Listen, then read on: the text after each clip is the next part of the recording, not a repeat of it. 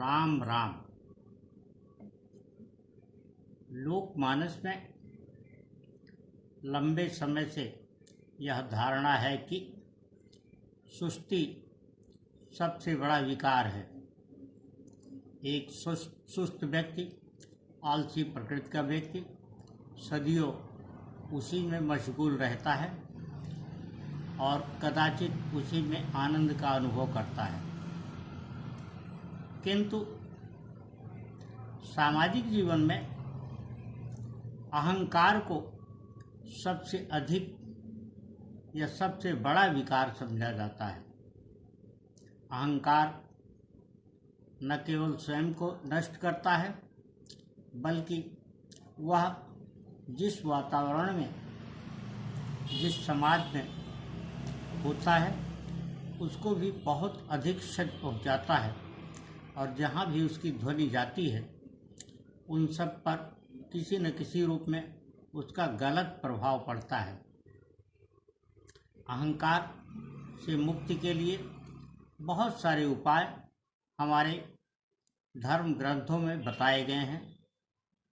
वेदों से लेकर के और आधुनिक समाजशास्त्र की पुस्तकों और नीतिज्ञों के द्वारा परिभाषित विद्वानों और भाष्यकारों के द्वारा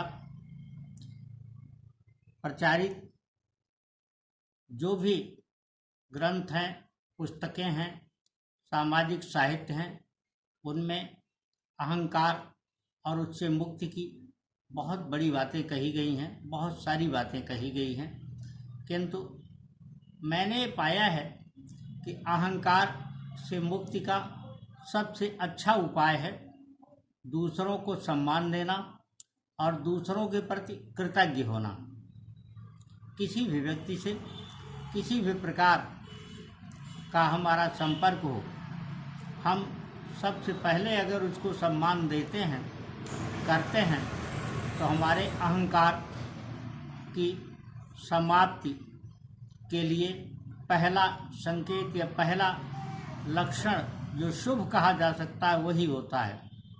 और दूसरा तब है जब हम उसके किसी भी अनुग्रह के लिए, किसी भी अच्छे कार्य के लिए उसके प्रति आभार जताएं। अहंकार से मुक्ति के अनेक संदर्भ हमारे धर्म ग्रंथों में मिलते हैं। कहते हैं कि एक बार हनुमान जी को भी अहंकार हो गया।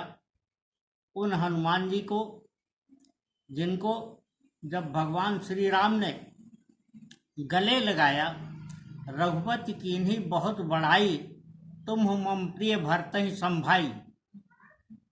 भाष्यकारों का कहना है कि हनुमान जी को उससे अहंकार हो गया और उस अहंकार का सबसे बड़ा नुकसान हुआ कि जिन हनुमान जी के संयोग से, जिन हनुमान जी के सहयोग से सुग्रीव को उनका राज वापस मिला, विभीषण को लंका का राज मिला, जिन हनुमान जी के सहयोग से सुग्रीव का श्री राम जी से मिलन हुआ और जिनके प्रारंभिक सहयोग के आधार पर ही आगे चल करके समुद्र पर सेतु का निर्माण हुआ, उस समुद्र पर बने सेतु की एक भी शिला पर उनका नाम अंकित नहीं है। विद्वानों की मान्यता है कि प्रभु भी कभी कभी अपने भक्त की परीक्षा लेता है। वह भक्त की परीक्षा उसकी भक्ति या अपने प्रति उसके प्रेम की अनन्यता को समझने के लिए करता है। इसलिए अहंकार से मुक्ति हमेशा और हमेशा के लिए होनी चाहिए।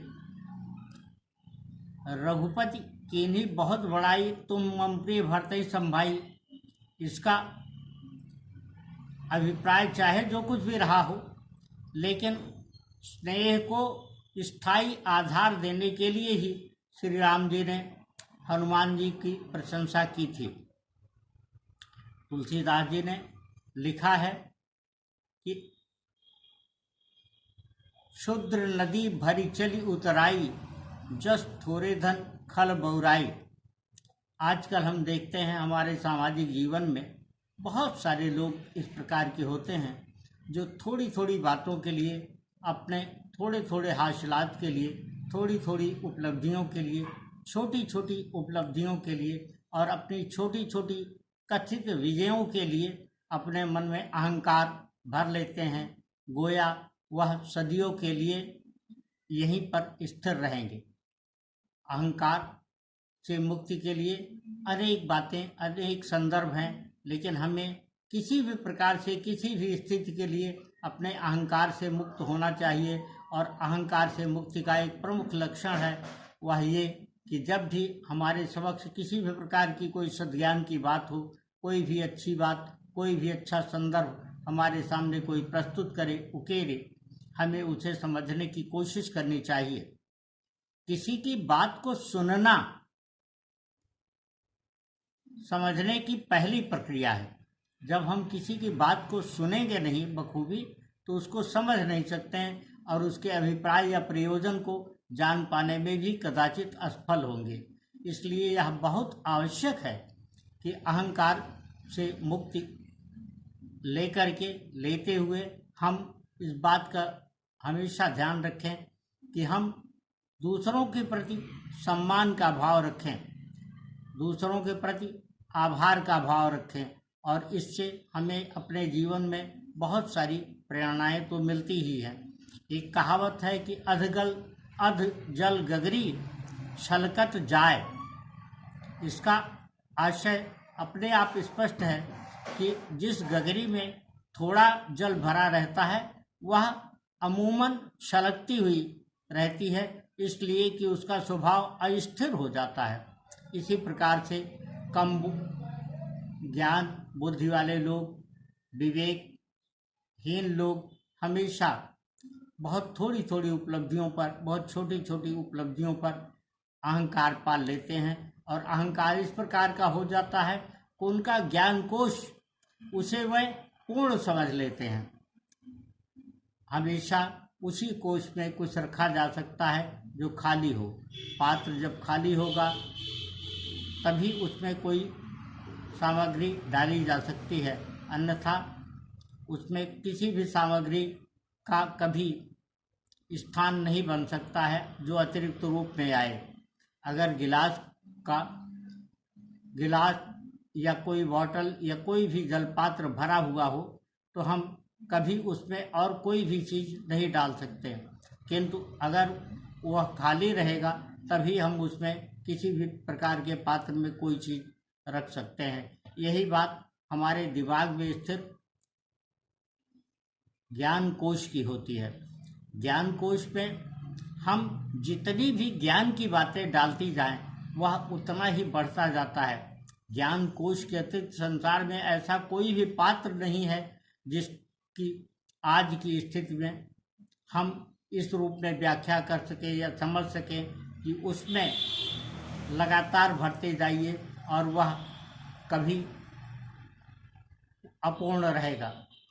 पूर्ण कोई चीज़ तभी होगी जब हम उसको अपने आप अपने मन से भर लें, और सभी पात्रों को हम भर सकते हैं किंतु ज्ञान कोश को कभी भरा नहीं जा सकता है यदि ज्ञान कभी संपूर्ण नहीं होगा।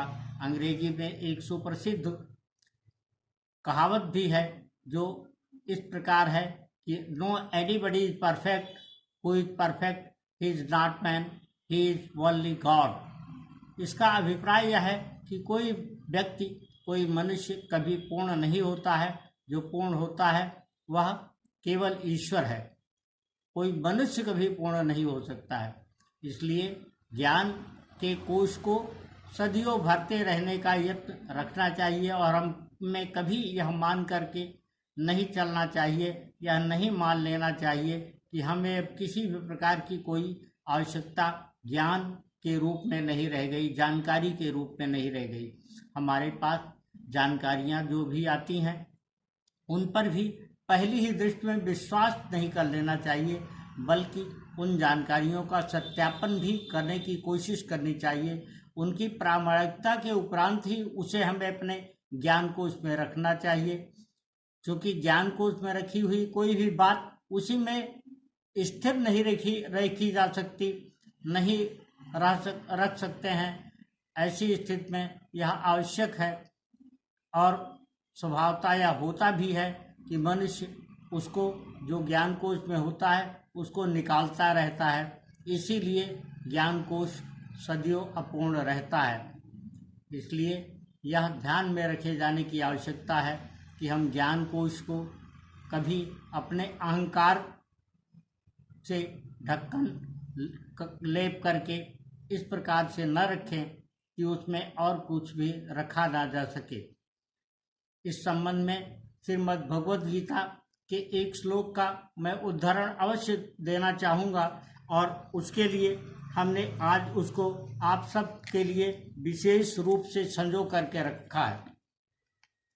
प्रभुपाद स्वामी ने इस श्लोक की विशद रूप में व्याख्या की है, उतनी व्याख्या करने की यहाँ आवश्यकता नहीं, किंतु अहंकार से मुक्ति के संदर्भ में यह अवश्य मैं कहना चाहूँगा और वो ये है कि अहंकारम बलम दर्पम कामम क्रोधम परिग्रहम, अहंकारम बलम दर्पम कामम क्रोधम परिग्रहम विमुच निर्ममः शांतो ब्रह्म भूयाय कल्पते।